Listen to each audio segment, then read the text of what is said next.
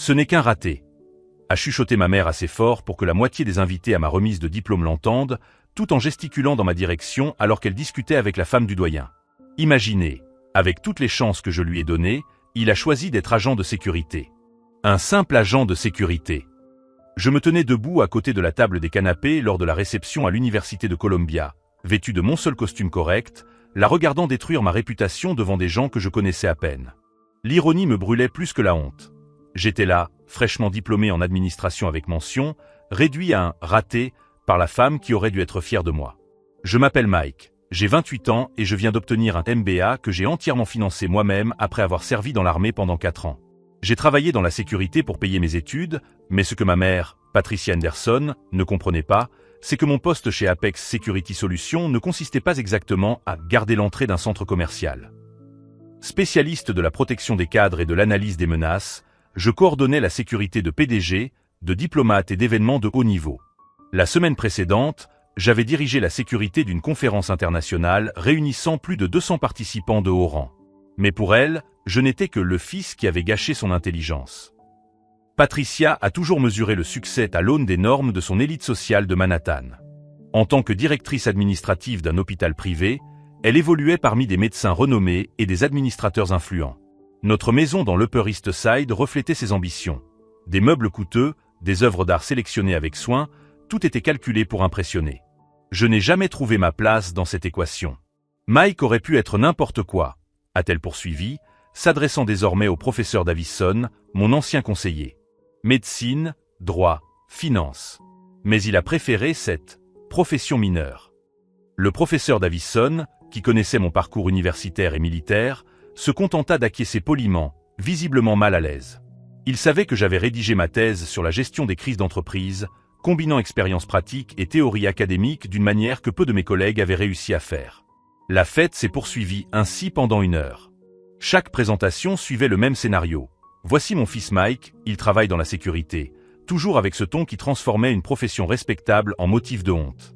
Certains invités essayaient d'être gentils, me remerciant pour mon service à la communauté, mais je voyais la pitié dans leurs yeux.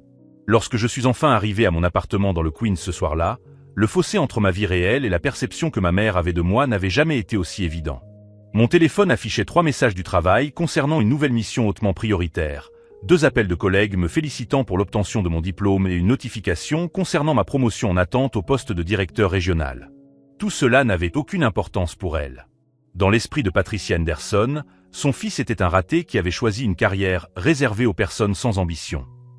Ce qu'elle ne savait pas, c'est que sa définition étroite du succès était sur le point d'être remise en question de manière spectaculaire. Et lorsque cela arriverait, ce serait devant un public bien plus large que les invités de cette cérémonie de remise des diplômes. Si vous suivez cette histoire de dépassement de soi et que vous voulez découvrir comment une mère peut se tromper complètement sur son propre fils, n'oubliez pas de vous abonner à la chaîne. Car la semaine suivante allait me mettre dans une situation où être juste un agent de sécurité allait faire la différence entre la vie et la mort pour des dizaines de personnes. Et lorsque les caméras de télévision commenceraient à tourner, tout le monde découvrirait qui était vraiment Mike Anderson. Ma relation avec ma mère s'était progressivement détériorée depuis que j'avais quitté l'armée et rejoint Apex Security. Pour Patricia, ma décision de servir pendant 4 ans avait été une phase rebelle qui m'avait fait perdre un temps précieux.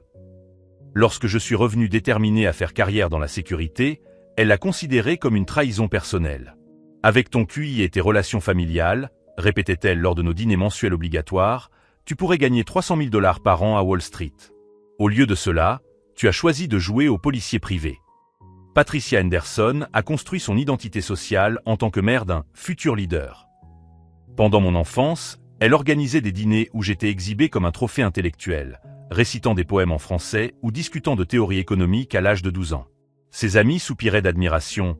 Quelle chance d'avoir un fils aussi brillant, Patricia. Quand j'ai choisi l'armée plutôt que la faculté de droit de Harvard, elle a cessé de mentionner mon existence lors des réunions mondaines pendant 2 ans. Littéralement. Je l'ai découvert par hasard lorsque j'ai rencontré le Dr Morrison, cardiologue à l'hôpital où elle travaillait. Patricia ne nous a jamais dit que vous étiez revenu de l'armée, m'a-t-elle dit, perplexe. Pendant des années, chaque fois que nous lui posions des questions à votre sujet, elle changeait de sujet ou disait que vous étiez en train de trouver votre voie. C'était la stratégie de Patricia, effacer mon existence jusqu'à ce que je m'intègre dans son récit de réussite. Lorsqu'elle a finalement accepté que je ne renoncerais pas à la sécurité, elle a changé de tactique. J'existais à nouveau, mais comme exemple de potentiel gâché. Ce qui me frustrait le plus, c'était son ignorance délibérée de ma vie professionnelle. La semaine précédant la remise des diplômes, j'avais coordonné la sécurité pour la visite d'un ministre allemand. 3 jours de planification minutieuse, de coordination avec les agences fédérales, d'analyse des itinéraires et des protocoles diplomatiques. L'événement s'était déroulé à la perfection, sans incident. Lorsque j'ai mentionné cela lors de notre dernier dîner, elle a poussé un soupir dramatique. « Mike, tu peux embellir autant que tu veux, mais au final, tu es toujours payé pour rester debout à surveiller une porte. » Ce n'est pas de la surveillance, maman. C'est de la protection exécutive et de l'analyse. C'est la même chose, m'a-t-elle interrompu en coupant un morceau de saumon avec une précision chirurgicale. Tu restes près de personnes importantes parce que tu n'as pas réussi à devenir assez important pour avoir ta propre sécurité. Cette logique tordue résumait notre dynamique. Dans l'esprit de Patricia, le succès signifiait d'être protégé, pas protégé. Diriger, pas servir. Diriger, pas exécuter.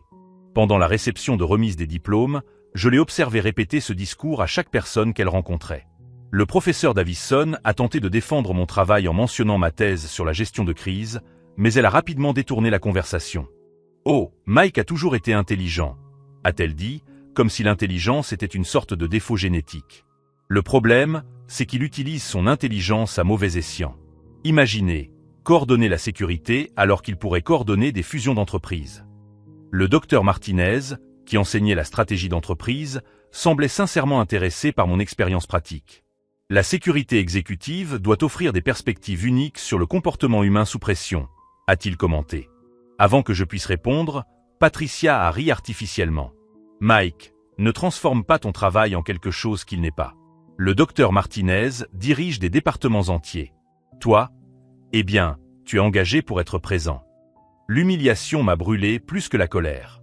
D'autant plus que le docteur Martinez a immédiatement perdu tout intérêt, clairement mal à l'aise avec la dynamique familiale dont il avait été témoin.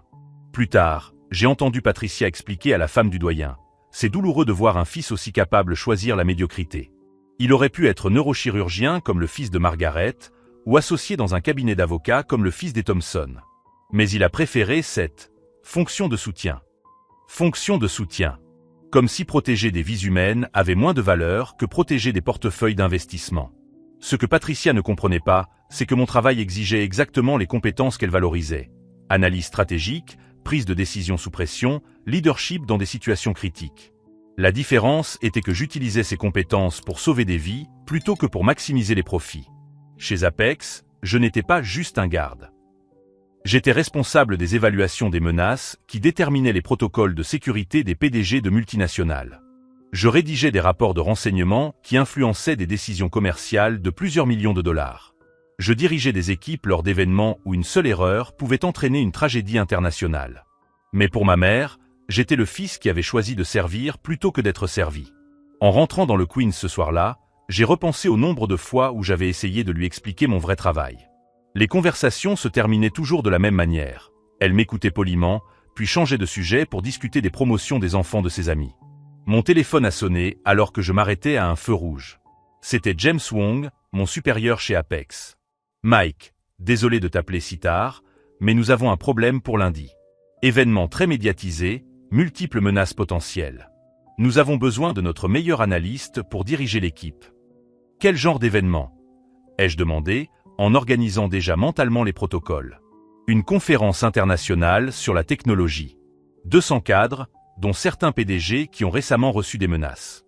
Le FBI est impliqué. » Exactement le genre de mission que Patricia aurait qualifié de « rester debout à surveiller la porte ». Lorsque j'ai raccroché, un sentiment étrange m'a envahi. Le timing de cet appel, juste après l'humiliation subie lors de la remise des diplômes, semblait presque cinématographique. Je ne savais pas encore que ce lundi allait changer non seulement ma carrière, mais aussi complètement la perception que ma mère avait de son fils. Le lundi est arrivé, accompagné d'un appel inattendu de ma tante Rebecca, la sœur cadette de ma mère. « Mike, je dois te dire quelque chose », m'a-t-elle dit d'une voix tendue au téléphone. « Patricia a organisé un déjeuner hier avec son cercle d'amis de l'hôpital. Eh bien, elle a parlé de toi. » J'étais dans le bureau d'Apex, en train de revoir les protocoles de sécurité pour la conférence sur les technologies, lorsque l'appel m'a interrompu dans ma concentration. Qu'a-t-elle dit exactement, tante Rebecca? Elle a dit à toutes ses amies que tu avais obtenu ton diplôme, mais... Rebecca hésita. Mike, elle a dit que tu avais gâché 4 ans dans l'armée et que tu travaillais maintenant comme agent de sécurité dans un centre commercial. Elle a dit que c'était embarrassant d'avoir à expliquer pourquoi son fils avait choisi un métier aussi banal. Je serrai involontairement le téléphone dans ma main. Agent de sécurité dans un centre commercial? Elle t'a imité debout à côté d'une porte, faisant semblant de vérifier des cartes d'identité, continua Rebecca, visiblement gênée. Les femmes ont ri, Mike. Elles se sont moquées de ta carrière militaire et de ton travail actuel. Patricia a dit que tu aurais pu être quelqu'un d'important, mais que tu avais choisi d'être juste un employé en uniforme. Employé en uniforme.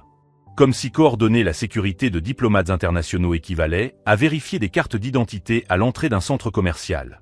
Il y a plus, a dit Rebecca en prenant une profonde inspiration. Elle a montré des photos de toi à la remise des diplômes pour prouver à quel point tu te sembles ordinaire maintenant, en les comparant à des photos de toi adolescent. Elle a dit que tu avais perdu tout ce potentiel intellectuel. L'humiliation était plus douloureuse que la colère. Non seulement elle avait dénigré ma carrière devant des inconnus lors de la remise des diplômes, mais elle organisait maintenant des déjeuners spécialement pour répandre cette histoire à tout son cercle social. Le docteur Matthews était là, a ajouté Rebecca à voix basse. Elle a mentionné que son fils venait d'être accepté en résidence de cardiologie à Johns Hopkins. Patricia s'est servie de cela pour contraster avec ton choix de carrière décevant. J'ai raccroché en ressentant quelque chose que je n'avais jamais éprouvé auparavant. Non seulement de la frustration face à l'ignorance de ma mère, mais aussi une véritable humiliation d'être utilisé comme exemple négatif dans des cercles sociaux où des personnes importantes nouaient des relations et se forgeaient une réputation. James Wong est arrivé à mon poste de travail 20 minutes plus tard. Mike, ça va? Tu as l'air distrait. Problèmes familiaux, ai-je répondu brièvement, en essayant de me concentrer sur les rapports de menaces éparpillés sur mon bureau. Eh bien, ça te changera peut-être les idées, a-t-il dit en tirant une chaise. La conférence d'aujourd'hui est plus importante que prévu. 250 cadres, dont le PDG de Technova Industries, qui a reçu des menaces de mort spécifiques la semaine dernière. Le FBI veut un briefing complet sur notre évaluation. Technova Industries, l'une des plus grandes entreprises technologiques du pays, dont le PDG faisait régulièrement la couverture des magazines économiques. Exactement le type de client qui nécessitait des années de formation spécialisée et une expertise en analyse comportementale pour être correctement protégé. Combien d'agents fédéraux seront impliqués? Demandai-je, mon esprit organisant automatiquement les protocoles. 6, plus notre équipe de 12. Vous dirigerez la coordination entre les agences, répondit James. L'événement aura lieu au Grand Metropolitan Hotel. 3 étages, plusieurs points d'entrée, des complications logistiques importantes. Le Grand Metropolitan Hotel. Le même endroit où ma mère organisait souvent des événements caritatifs pour l'hôpital. Où elle se vantait d'avoir des relations importantes et un accès privilégié aux cercles élitistes de la ville. Une idée commença à germer dans mon esprit. James, qui d'autre sera présent à part les dirigeants du secteur technologique? Des investisseurs, quelques journalistes économiques, des représentants du gouvernement. Pourquoi? Je vérifie juste les profils de risque. Mentis-je en partie. À quelle heure ça commence? À 11 heures. Briefing à 9 heures. 2 heures pour finaliser mes plans. J'ai pris mon téléphone et j'ai envoyé un message à Patricia. Maman, je sais que tu es occupée, mais j'aimerais déjeuner aujourd'hui si possible. J'ai quelque chose d'important à discuter concernant ma carrière. Sa réponse est arrivée rapidement. Enfin, j'espère que c'est pour envisager des alternatives plus appropriées. Je peux à 12h30 au Le Bernardin. Je réserverai une table. Le Bernardin, l'un des restaurants les plus chers et les plus exclusifs de la ville, fréquenté par l'élite qu'elle admirait tant. Parfait. Au cours des 2 heures qui ont suivi, j'ai coordonné les protocoles de sécurité les plus complexes de ma carrière. 3 fouilles complètes de l'hôtel, positionnement stratégique des agents fédéraux, analyse des itinéraires d'évacuation et coordination des communications entre plusieurs agences. Le genre d'opération qui exigeait précisément l'expérience militaire et la formation spécialisée que ma mère considérait comme gaspillée. À 10h45, j'ai reçu la confirmation que tous les systèmes étaient opérationnels. Le PDG de Technova était arrivé à bon port, sans incident. Plusieurs menaces potentielles avaient été identifiées et neutralisées grâce à notre analyse préalable. Travail impeccable, Mike, a commenté l'agent Sullivan du FBI. Je vois rarement une coordination aussi efficace entre les agences. Avez-vous une expérience militaire? 4 ans dans l'armée, spécialisé dans l'analyse des menaces et la protection des cibles de grande valeur, ai-je répondu. Ça se voit. Votre évaluation des risques nous a fait gagner au moins 2 heures de préparation. À 11h15, mon téléphone a sonné. C'était Patricia. Mike, je dois annuler le déjeuner. Quelque chose d'important est arrivé. En fait, maman, je suis au Grand Métropolitain en ce moment. Pour le travail. Tu peux passer rapidement? Je te promets que ça ne prendra pas longtemps. Silence à l'autre bout du fil.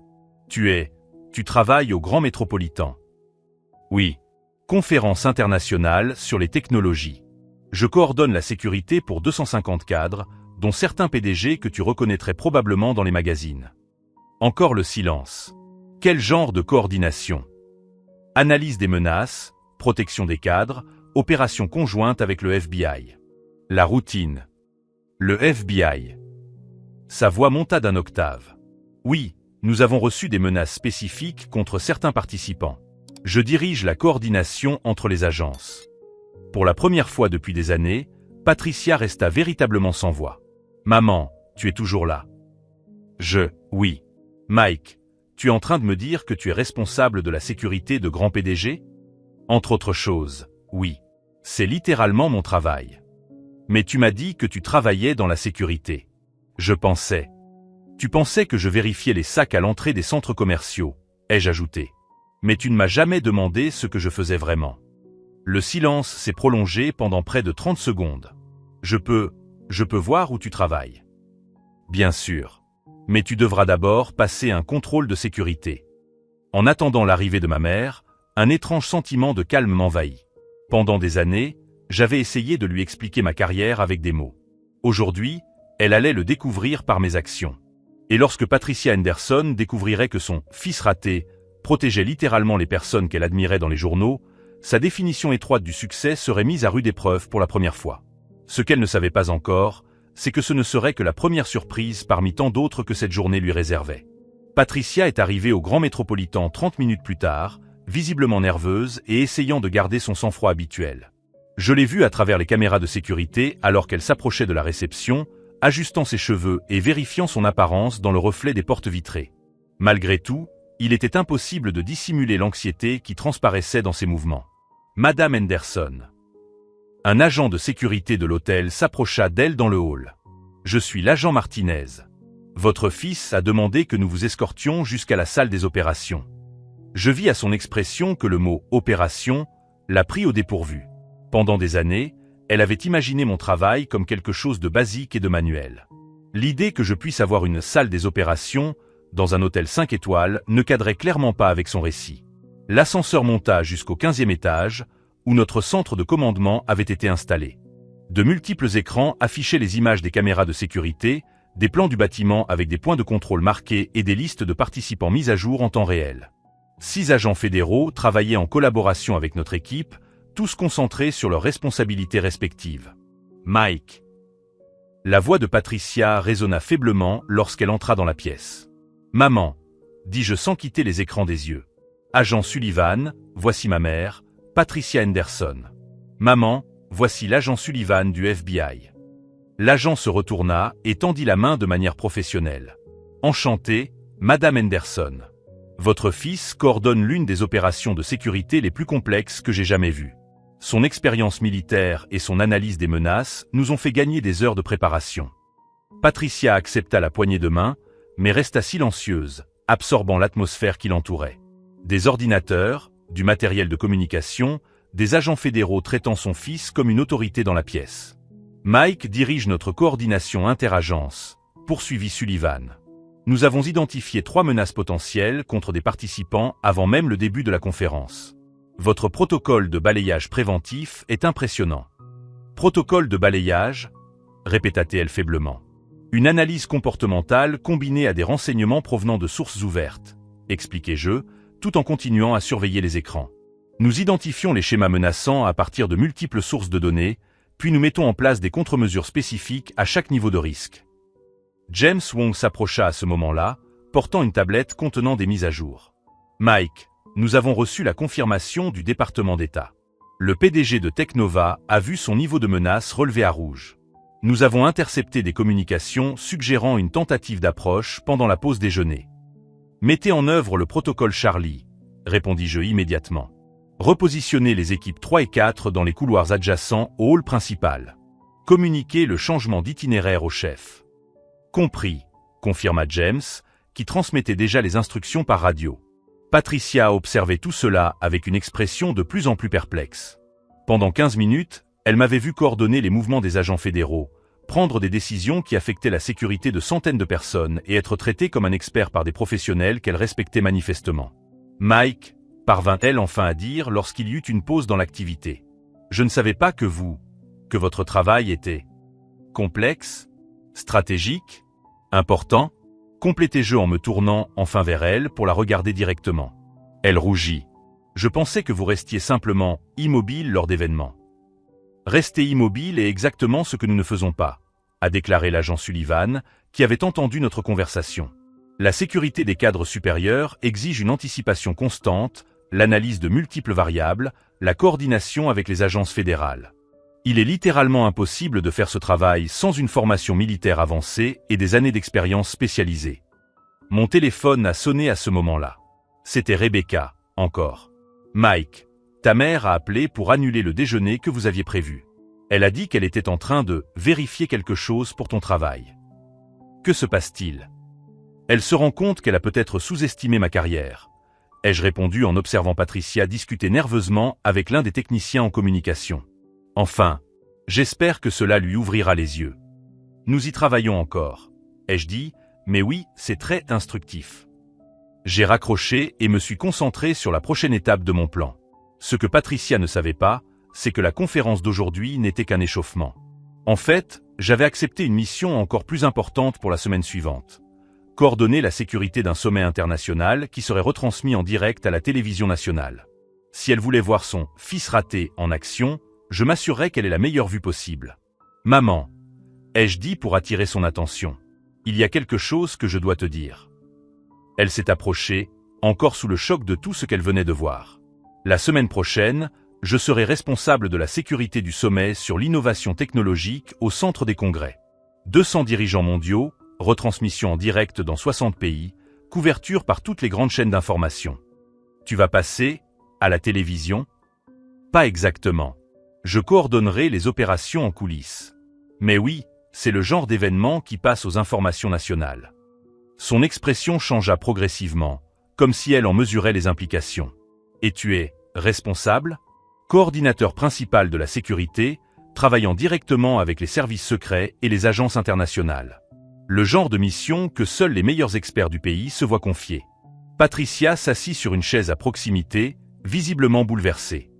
Mike, je dois te présenter mes excuses. Pourquoi? Pour tout. Pour ne pas comprendre ton travail. Pour t'avoir rabaissé devant les autres. Elle hésita. Pour avoir dit à mes amis que tu n'étais qu'un simple agent de sécurité. Un simple agent de sécurité. Les mots que Rebecca avait prononcés ce matin. À combien de personnes as-tu dit ça, maman? Elle sembla se recroqueviller. À quelques-unes. Hier, pendant le déjeuner, j'en ai parlé à plusieurs collègues de l'hôpital. Et qu'as-tu dit exactement? Que tu avais gâché tes études en choisissant un métier de classe ouvrière. Les mots sortirent comme une confession. Que j'avais honte d'avoir à expliquer pourquoi mon fils brillant avait choisi un travail aussi ordinaire. Voilà. L'humiliation totale enfin exprimée. Je comprends, ai-je dit calmement. Et ses collègues ont-elles aussi des enfants? Oui, pourquoi? Certains d'entre eux travaillent dans des domaines que vous considérez comme prestigieux. Eh bien, oui. Le fils du docteur Morrison est neurochirurgien. Le fils de l'infirmière en chef est associé dans un cabinet d'avocats. Et tu as utilisé ma carrière pour la comparer à leur réussite. Un silence gêné confirma mes soupçons. Maman, je veux que tu saches quelque chose. La semaine prochaine, lorsque le sommet sera diffusé à la télévision nationale, mon nom apparaîtra au générique en tant que coordinateur principal de la sécurité. Les journalistes mentionneront probablement notre équipe dans leur reportage. Ses yeux s'écarquillèrent. Ton nom va passer à la télévision? C'est possible. Et quand cela arrivera, Tes amis de l'hôpital découvriront exactement ce que fait ton fils raté dans la vie. La réalité la frappa comme un coup de massue. Si vous suivez ce parcours vers la reconnaissance et que vous voulez voir comment une perception erronée peut être corrigée de manière spectaculaire, abonnez-vous à la chaîne pour ne pas manquer la fin. Mike, dit-elle faiblement, que puis-je faire pour réparer cela? Honnêtement, rien. Les mots ont été prononcés. Vos amis se sont déjà fait une opinion sur ma carrière en se basant sur ce que vous leur avez dit. Mais si j'explique que j'avais tort, cela ne ferait que confirmer que vous avez parlé de moi sans connaître réellement ce que je fais. Que vous avez humilié votre propre fils en public en vous basant sur une ignorance délibérée. Patricia se couvrit le visage de ses mains. J'ai tout gâché, n'est-ce pas? Avant que je puisse répondre, James s'approcha avec une expression grave. Mike, nous avons un problème. Nous avons intercepté des conversations concernant une possible menace contre l'événement de la semaine prochaine. Le FBI veut vous voir pour un briefing d'urgence dans 2 heures. Quel genre de menace? Un groupe terroriste national. Apparemment, ils ont choisi le sommet comme cible symbolique. Vous êtes le seul coordinateur ayant l'autorisation nécessaire pour accéder aux informations classifiées. L'ironie était presque comique.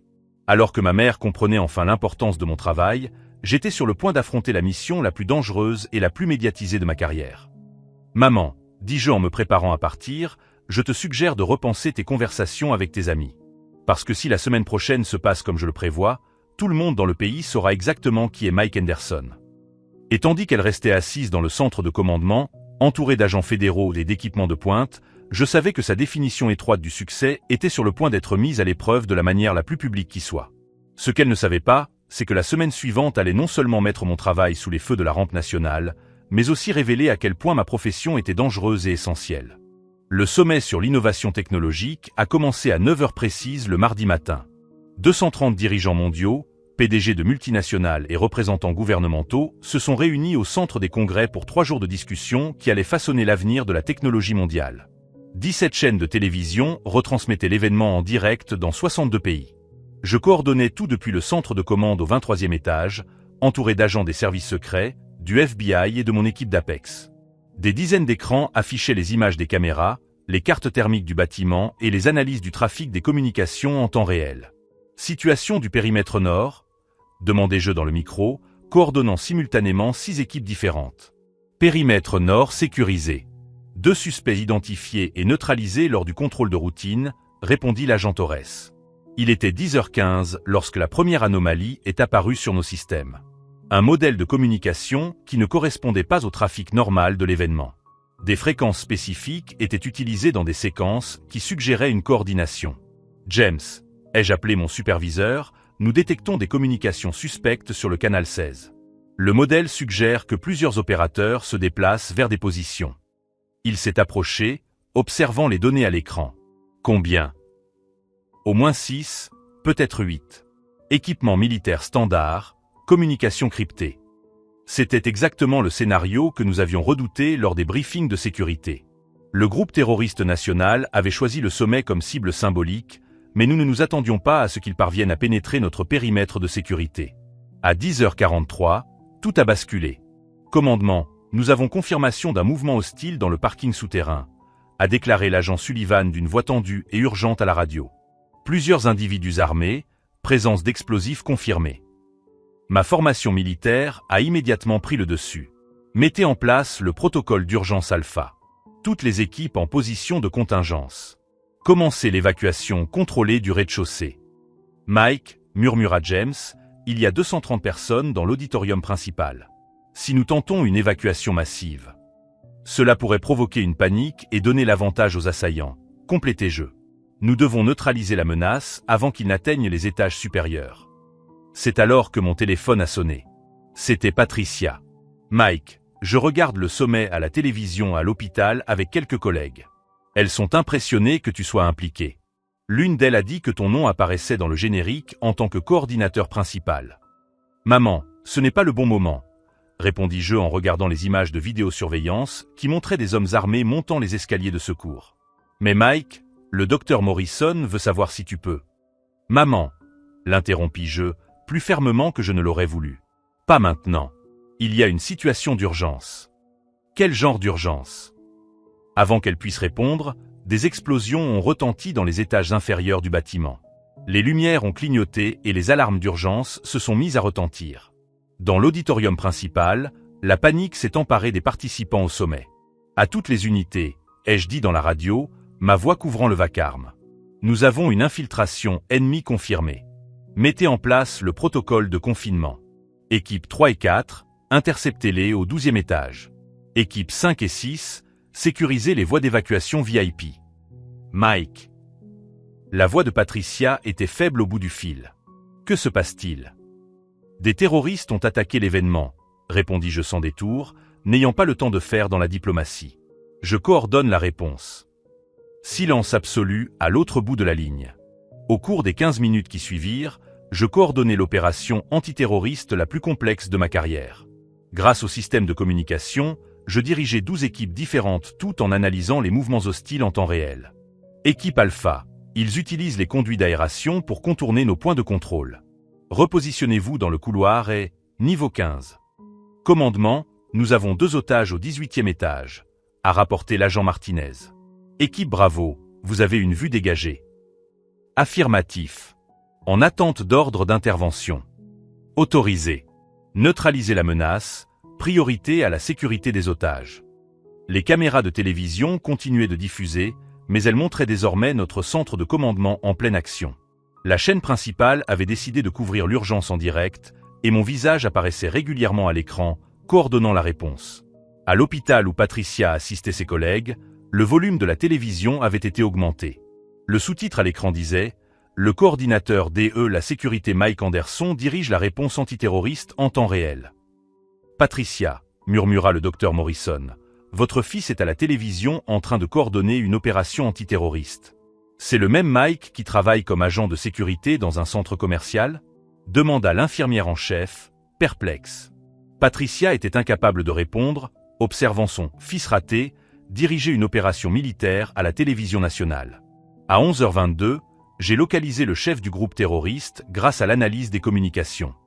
À toutes les équipes, cible principale identifiée. 20e étage, salle de conférence B. Il a une vue directe sur l'auditorium principal. Commandement, il est armé d'un fusil de précision, a rapporté l'agent Torres. Il peut atteindre n'importe qui sur la scène principale. C'était ma décision la plus critique. Envoyer des équipes directement entraînerait un affrontement armé avec un risque élevé de perte. Mais le laisser rester en position signifiait une menace constante pour les dirigeants mondiaux dans l'auditorium. Équipe Charlie, pouvez-vous accéder par la fenêtre extérieure? Négatif, trop de vent pour un rappel en toute sécurité.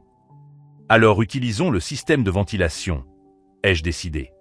Équipe Delta, suivez mes instructions pour une approche silencieuse.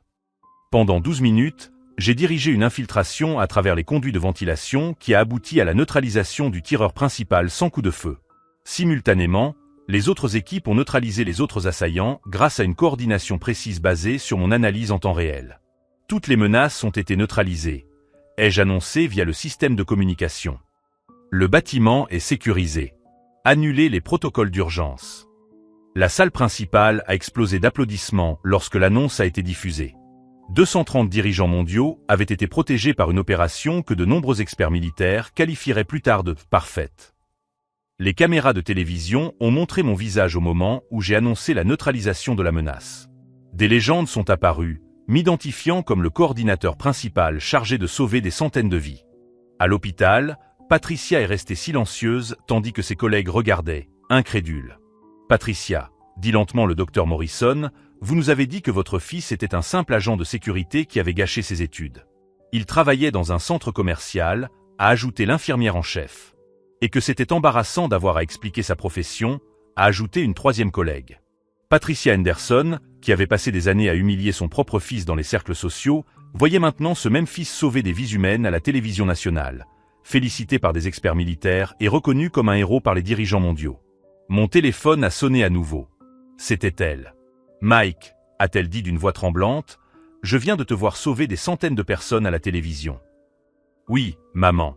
C'est littéralement mon travail. » Alors que les chaînes de télévision commençaient à diffuser des analyses spécialisées sur l'opération, une chose était absolument claire. Le raté, que Patricia avait passé des années à rabaisser, venait de mener l'une des opérations antiterroristes les plus réussies de l'histoire moderne. Et tout le monde l'avait vu. 3 heures après l'opération, j'étais à l'hôtel en train de donner des interviews collectives lorsque mon téléphone a sonné à nouveau. C'était Rebecca. « Mike, tu dois savoir ce qui s'est passé à l'hôpital », m'a-t-elle dit d'une voix tendue, mais avec une intonation différente. Patricia est... Eh bien, elle est dans une situation embarrassante. Que veux-tu dire? Après que vous ayez terminé de parler, elle est restée assise dans le salon de l'hôpital avec ses collègues. Elle regardait toutes les informations sur toi. Puis le docteur Morrison lui a posé une question directe. Rebecca a pris une profonde inspiration avant de continuer. Elle a demandé « Patricia, n'est-ce pas vous qui avez dit hier au déjeuner que votre fils était un raté qui avait gâché sa vie en travaillant comme agent de sécurité dans un centre commercial ?» Le silence a été assourdissant, Mike. L'ironie ne lui échappa pas. Pendant des années, Patricia avait utilisé les réunions sociales pour dénigrer ma carrière. À présent, ces mêmes personnes la confrontaient à ses propres mots tout en regardant son « fils raté » être salué comme un héros à l'échelle nationale. Et qu'a-t-elle répondu? Rien. Littéralement rien. Elle est restée assise pendant que ses collègues regardaient reportage après reportage sur le coordinateur de sécurité Mike Henderson qui a sauvé des centaines de vies grâce à une opération antiterroriste impeccable. Au cours des semaines suivantes, l'histoire s'est répandue d'une manière que ni Patricia ni moi n'aurions pu prévoir. La couverture médiatique a été très importante. CNN, Fox News, NBC. Toutes les grandes chaînes ont diffusé des reportages spéciaux sur l'opération. J'ai été invité à des émissions débat, j'ai reçu des distinctions de la part d'agences fédérales et ma promotion chez Apex s'est accompagnée d'une augmentation de salaire significative. Mais plus importante encore que la reconnaissance publique, il y a eu un changement fondamental dans ma relation avec ma mère. Patricia ne m'a pas appelé immédiatement après les événements. En fait, 2 semaines se sont écoulées avant que nous ayons un contact direct. Quand cela s'est enfin produit, c'était par le biais d'une lettre manuscrite, ce qu'elle n'avait jamais fait auparavant. Mike, commençait la lettre, il n'y a pas de mots pour exprimer ma honte. Non seulement pour mon ignorance de ta carrière, mais aussi pour la cruauté systématique avec laquelle j'ai traité tes choix.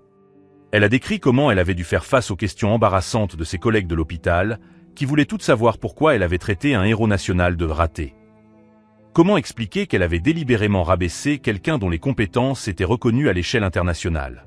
J'ai découvert que ma fierté aveugle m'avait empêché de voir non seulement ce que vous faites, mais aussi qui vous êtes, poursuivait la lettre. Un homme intègre qui consacre sa vie à protéger les autres. Un professionnel respecté qui coordonne des opérations qui sauvent des vies. Un fils que j'aurais dû soutenir au lieu d'humilier. La lettre révélait également comment elle avait été contrainte de faire face à ses propres insécurités. Pendant des années, Patricia avait mesuré le succès à l'aune des normes limitées de son cercle social, car il était plus facile de suivre des indicateurs externes que de développer une compréhension authentique de la valeur. J'ai réalisé que mon besoin de reconnaissance sociale m'avait aveuglé sur la réalité de mon propre fils. Je t'ai utilisé comme exemple négatif pour me sentir supérieur, alors qu'en réalité, tu construisais une vie bien plus riche que tout ce que j'avais accompli. 3 semaines après ces événements, Patricia m'a demandé de la rencontrer en personne. Nous avons choisi un café neutre dans le centre-ville, loin de l'hôpital où elle travaillait et du siège social d'Apex. Quand elle est arrivée, Patricia semblait différente. Moins rigide, plus vulnérable. Pour la première fois depuis des années, elle n'était pas habillée pour impressionner, mais simplement comme elle était. « Mike » a-t-elle commencé avec hésitation, j'ai regardé chaque interview, lu chaque article sur l'opération. Et ce qui m'a le plus impressionné, ce n'est pas seulement votre compétence technique, mais votre humilité et votre leadership sous pression. Je suis resté silencieux, la laissant continuer. J'ai passé des années à critiquer tes choix sur la base d'une ignorance totale. Je ne t'ai jamais demandé de détails sur ton travail, je n'ai jamais montré un intérêt sincère pour ta vie professionnelle. J'ai simplement décidé que, parce que tu ne suivais pas le chemin que j'avais prévu, tu étais un échec. Elle s'est interrompue, visiblement en proie à l'émotion. Lorsque vos collègues de l'hôpital m'ont confronté à propos de mes propos, j'ai réalisé quelque chose de terrible. J'étais devenu exactement le genre de personne que j'avais toujours critiqué, quelqu'un qui juge sans connaître, qui rabaisse les autres pour se sentir importante. Maman, ai-je finalement dit, j'apprécie votre honnêteté. Mais un véritable changement nécessite plus que la reconnaissance des erreurs passées. Je sais. Et je veux commencer par te demander, peux-tu m'expliquer vraiment ce que tu fais dans ton travail? Pas pour t'excuser, mais parce que je veux sincèrement comprendre la vie que mon fils s'est construite. Nous avons passé les 2 heures suivantes à discuter de ma carrière de manière plus approfondie que nous ne l'avions jamais fait auparavant. Je lui ai expliqué l'analyse des menaces, la coordination interagences, les protocoles de protection des cadres. Patricia a posé des questions intelligentes, montrant un réel intérêt. Vous sauvez littéralement des vies, a-t-elle déclaré à la fin, et j'ai qualifié cela d'échec. Quel genre de mère fait cela? Une mère qui agissait par peur et avec des attentes limitées, ai-je répondu. Mais qui peut choisir de changer. Au cours des mois qui ont suivi, notre relation a connu une transformation progressive mais profonde. Patricia a commencé à mentionner mon travail avec une fierté sincère à ses collègues, corrigeant ainsi des années de discours négatifs. Lorsque j'ai reçu le prix du professionnel de la sécurité de l'année, elle était au premier rang, applaudissant les larmes aux yeux. Le changement le plus significatif a été son approche générale de la vie. Patricia a commencé une thérapie pour examiner ses propres insécurités et ses schémas de comportement. Elle a reconnu qu'elle avait utilisé la critique des autres comme un mécanisme pour éviter de se confronter à ses propres limites. J'ai découvert que mon besoin compulsif de mesurer le succès à l'aune de normes externes venait de la peur que ma propre vie n'ait pas suffisamment de sens, m'a-t-elle avoué lors d'un dîner 6 mois plus tard. Il était plus facile de dénigrer vos choix que de remettre en question les miens. 1 an après les événements du sommet, Patricia a organisé un dîner spécial. Elle a invité les mêmes collègues dont elle avait dénigré la carrière, cette fois pour une présentation formelle de mon travail actuel. Je voudrais vous présenter mon fils Mike, a-t-elle dit au groupe réuni, un expert en sécurité qui coordonne la protection de dirigeants mondiaux et des opérations antiterroristes qui sauvent des vies. Quelqu'un qui consacre sa carrière à protéger des personnes importantes, y compris des personnes comme vous. La différence de ton était frappante. Il n'y avait plus de gêne ni d'excuses, mais une fierté sincère et une réelle compréhension de la valeur de mon travail. Au cours de la présentation, j'ai expliqué des études de cas d'opération que j'avais coordonnées, des protocoles développés et des collaborations avec des agences fédérales. Les questions de ses collègues étaient respectueuses et intéressées, reconnaissant la complexité et l'importance de la profession qu'elle avait auparavant qualifiée de gaspillage de potentiel. Patricia, a commenté le docteur Morrison à la fin de la soirée, vous devez être incroyablement fier d'avoir élevé un fils aussi dévoué au service public. Je le suis, a répondu Patricia simplement. Et je regrette d'avoir mis autant de temps à le reconnaître. La leçon la plus profonde de cette expérience a été de comprendre à quel point nos propres insécurités peuvent nous aveugler sur les personnes qui nous sont les plus proches. Patricia a passé des années à projeter ses angoisses liées au statut social sur moi, incapable de voir la valeur réelle de ce que je construisais. Aujourd'hui, notre relation est fondée sur le respect mutuel et une compréhension sincère. Patricia accepte non seulement ma carrière, mais elle est devenue l'une de mes plus grandes défenseuses. Lorsque les gens lui posent des questions sur mon travail, elle répond avec des connaissances détaillées et une fierté évidente. Pour moi, la véritable victoire n'a pas été la reconnaissance nationale ou les récompenses professionnelles. Ce fut de voir ma mère grandir en tant que personne, affronter ses propres limites et développer une réelle capacité à voir la valeur au-delà des mesures superficielles du succès. Si vous avez déjà été confronté à des situations où des personnes proches ont sous-estimé votre valeur ou minimisé vos réalisations, sachez que la validation la plus importante vient du fait de vivre authentiquement vos valeurs. La reconnaissance extérieure est gratifiante, mais la véritable satisfaction vient du fait de savoir que vous faites une réelle différence dans le monde. Abonnez-vous à la chaîne pour découvrir d'autres histoires sur le dépassement de soi, la reconnaissance tardive et le pouvoir transformateur de rester fidèle à ses principes même lorsque les autres ne voient pas votre valeur. Et Patricia? La semaine dernière, elle m'a appelé pour me dire qu'une nouvelle employée de l'hôpital avait mentionné qu'elle avait précédemment travaillé dans la sécurité d'entreprise. Je lui ai parlé de vous, m'a dit Patricia avec fierté. Et je lui ai demandé si elle pouvait m'en apprendre davantage sur ce domaine. Il n'est jamais trop tard pour apprendre, n'est-ce pas? Non, maman. Il n'est jamais trop tard pour reconnaître que le véritable échec n'est pas de choisir une voie différente, mais de refuser de voir la valeur de ceux que nous aimons.